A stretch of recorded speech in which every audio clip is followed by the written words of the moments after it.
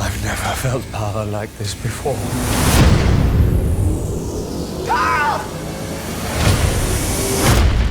They took him.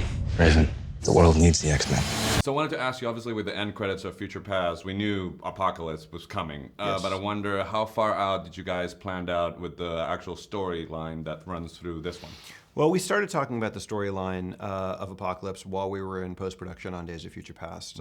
We knew that we were going to do it as the next film because of the tag at the end of Days.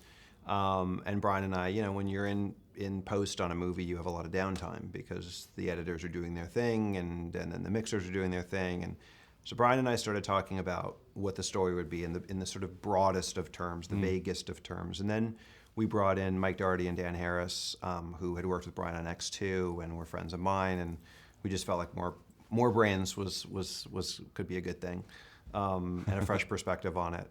So the four of us really worked together on constructing the story over many months, and those months were after the end of post and after the movie had been released. It was sort of the summer before last. The movie came out at the end of May, Days of Future Past, and then we spent June and July really honing what we thought the story was going to be, and then in August I started writing it. Nice. So tell me the challenges of writing Apocalypse, because you're writing the most powerful mutant, and he could just go like that, which sort of ends the conflict immediately. So was that a challenge?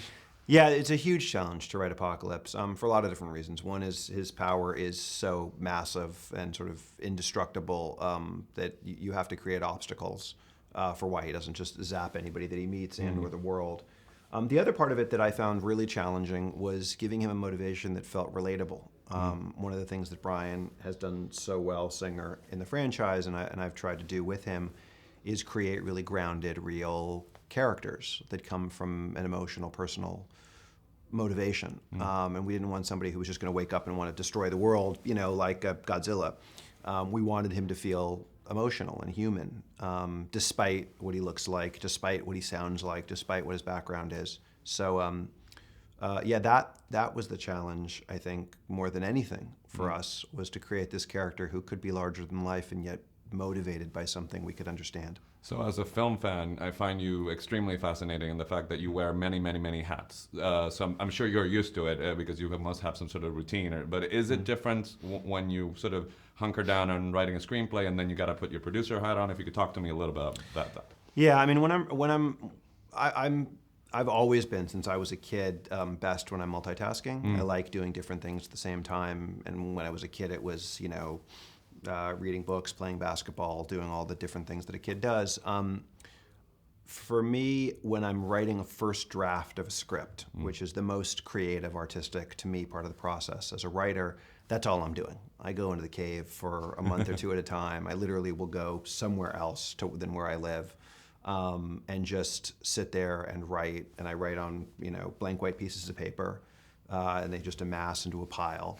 And I'm like, you know, sort of the Unabomber in my little cave, and then I emerge with a script. So for that 1 to 2 month, usually around 2 month period of a first draft, that's all I do. And I have no producer hat on, and I'm not trying to actually stay away from other projects so that I don't sort of pollute my mind. And then once I'm out of that and I'm into the rewrite process, which is a little bit more mechanical, it's a little bit more editorial than it is creative, then I can start to multitask again, and then I put my producer hat on and I'm making revisions to the script, whether it's for budget or schedule or all the different things that, you know, you come up against when you're making a movie. So my last question would be, you've overseen this universe for a while now, so what do you think for audiences will make X-Men Apocalypse extra special or more than what we've seen before in the other movies you've done? Well, I think there's a lot of things in Apocalypse that are special and different from everything we've done in the other movies. I mean, primarily it's that we have the most powerful villain in the history of X-Men. Just that. That's a big deal. I mean, you know, so in terms of the visual scale of the movie and the stakes of the film, they're bigger than anything we've done before. And I think the other part of the movie that I'm very excited about, and I feel is special, is it's the sort of culmination of this trilogy that we've been following with Michael Fassbender, James McAvoy, Jen Lawrence, and Nicholas Hoult, and yet also the origin of these new characters, that are these big iconic characters, and Scott and Jean and Storm especially.